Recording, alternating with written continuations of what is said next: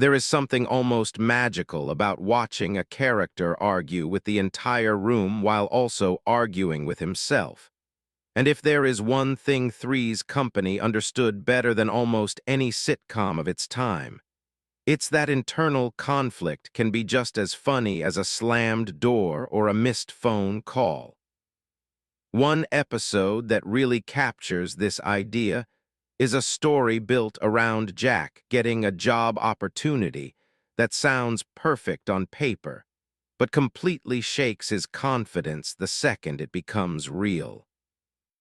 And what makes it funny isn't just the misunderstanding that follows, but the fact that most of the chaos comes from Jack battling himself before anyone else even has a chance to misunderstand him. The setup is simple. Jack is offered a chance to audition for a head chef position at a trendy new restaurant opening near the beach. For Jack, this is huge. He's always been talented, always dreaming about running his own kitchen someday, but he's also always hovering in that space between potential and proof. When he first hears about the audition, he's ecstatic. He's packing around the apartment, talking fast, hands flying, already imagining his name on a menu. But then comes the doubt. It starts with a small comment she doesn't mean anything by it. She just asks whether he's ready for that level of responsibility. That's all, just a practical question. But Jack hears something else entirely. He hears skepticism. He hears, "You're not good enough." And that's when the internal conflict begins. Instead of calmly answering's question, Jack overreacts. He insists he's more than ready.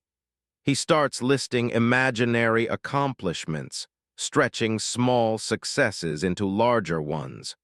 Tries to clarify that she was only asking, not judging, but Jack is already in defensive mode. He's fighting a criticism that wasn't actually delivered.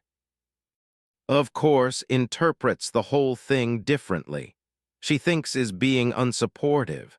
So she jumps in with loud encouragement, telling Jack he's the best cook she's ever met, exaggerating stories about how guests once cried tears of joy over his lasagna. Now Jack is caught between modesty and pride. He doesn't want to seem arrogant, but he also doesn't want to contradict praise. This is where Three's Company always shines. The misunderstanding doesn't come from deception. It comes from emotional reaction. Jack is responding to what he thinks people are thinking, not what they're actually saying. And then, of course, Mr. walks in at the worst possible time. He overhears Jack dramatically declaring that he's ready to run the whole place. Assumes Jack is planning to leave the apartment. He panics about losing a tenant. His eyebrows lift, his posture stiffens, and suddenly he's asking questions in that suspicious tone he always uses when he thinks something is being hidden from him. Now Jack is juggling three separate pressures. He wants to see that he's capable. He wants to stop exaggerating. And he wants to believe he isn't abandoning the apartment. The beauty of the episode is watching Jack contradict himself within seconds. He confidently describes his culinary expertise too, then immediately downplays his ambitions to reassure him. He brags about leadership skills, then nervously laughs and says just exploring options. Each adjustment is tiny, but together they create a web of inconsistency. You can almost see the gears turning in his head. Should he be bold? Should he be humble? Should he be relaxed? Should he be intense? Every sentence starts one way and ends another. That's internal conflict turned into physical comedy. John's performance makes this kind of material sparkle. He doesn't just deliver lines. He physically embodies Jack's uncertainty. His shoulders straighten when he's boasting, then collapse when someone questions him. His smile flickers. His hands gesture confidently, then fidget. There's a scene where he's practicing for the audition in the kitchen, trying to project authority. He imagines the restaurant staff staring at him, waiting for instructions. He begins confidently explaining a recipe, then stops mid-sentence, second-guessing himself. He rewinds his explanation. He changes the tone. He critiques his own phrasing out loud, and watch him unravel in real time. The misunderstanding escalates when innocently invites the restaurant owner to the apartment to see Jack in action. Jack never asked for this. He wanted a formal audition, structured, professional. Instead, he now has to perform in his own kitchen under pressure, with lurking around suspiciously and trying to maintain order. Here, where the timing becomes everything. When the restaurant owner arrives, Jack tries to present himself as calm and collected, but interrupts with questions about lease agreements. Interrupts to remind Jack about ingredients he forgot. Proudly announces exaggerated stories again. Jack keeps adjusting. Every time he senses doubt, he shifts tone. Every time he senses approval, he pushes harder. He's not lying. He's just trying to align himself with whatever reaction he thinks will benefit him. And that's what makes it funny. He's not responding to reality. He's responding to imagined reactions. Three's Company became so popular in the late 70s because it tapped into this universal anxiety. That era was full of social change, shifting norms, career ambition, and personal reinvention. Jack, living with two women under a carefully constructed explanation to appease the landlord, already represents a character navigating identity. Add professional insecurity to that, and you have a perfect storm. The show thrived on the idea that people rarely say exactly what they feel. They filter, they adjust, they perform. In this episode, Jack's biggest enemy it isn't even the restaurant owner. It's his own doubt. The physical comedy reaches its peak during the improvised cooking demonstration. Jack starts confidently chopping vegetables, but when the owner asks a simple question about seasoning, Jack hesitates. That pause stretches. The audience feels it. He answers confidently. Then he rephrases. Then he contradicts himself.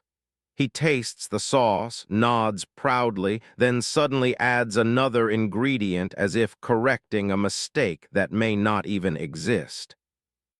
The kitchen becomes chaotic. Steam rises. Accidentally hands him the wrong utensil, bumps into him. Hovers with folded arms, watching every movement as if it might violate a building code. And through all of it, Jack keeps talking. That's the genius of it. He talks himself into trouble. He fills silence with explanations. He corrects statements that didn't need correcting. There's a moment where the restaurant owner compliments his creativity. Instead of accepting the compliment, Jack begins explaining how it might not actually be creative, just experimental, and then explains the difference between those words. The owner looks confused, winces, smiles proudly, squints suspiciously. It's chaos born from insecurity. What makes it timeless is how relatable it feels. Who hasn't something out of nervousness? Who hasn't tried to sound impressive and then worried it sounded arrogant? That tension between wanting approval and fearing judgment is universal. This role here is essential. She grounds the situation. She tries to gently steer Jack back toward authenticity. Her practical nature contrasts beautifully with Jack's emotional volatility. Meanwhile, amplifies everything with innocent enthusiasm, unintentionally raising the stakes. Ant's exaggerated reactions add another layer. His dramatic facial expressions, his stiff posture, his habit of drawing conclusions too quickly, they intensify Jack's internal spiral. By the end of the episode, the misunderstanding resolves not through brilliance, but through honesty. Jack finally stops adjusting mid-sentence. He admits he was nervous. He admits he overthought things.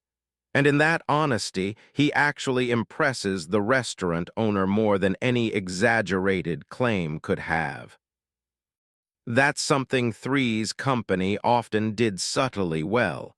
Beneath the physical comedy and misunderstandings, there was warmth. The characters weren't malicious. They were flawed. And that's why it still works today. The packing allows moments to breathe. The pauses matter. The awkward silences are just as important as the punchlines. Modern sitcoms sometimes rush through jokes. Three's Company let the tension build.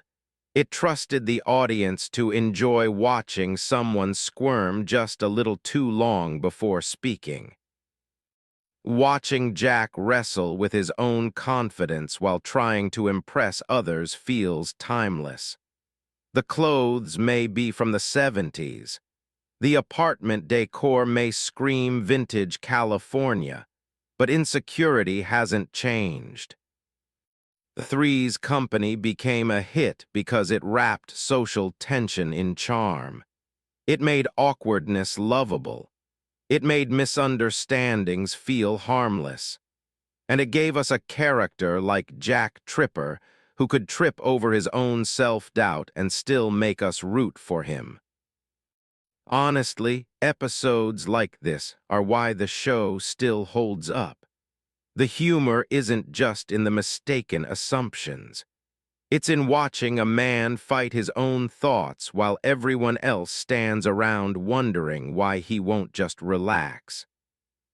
And if you've ever talked yourself into a spiral before an important moment, you already know why it's funny.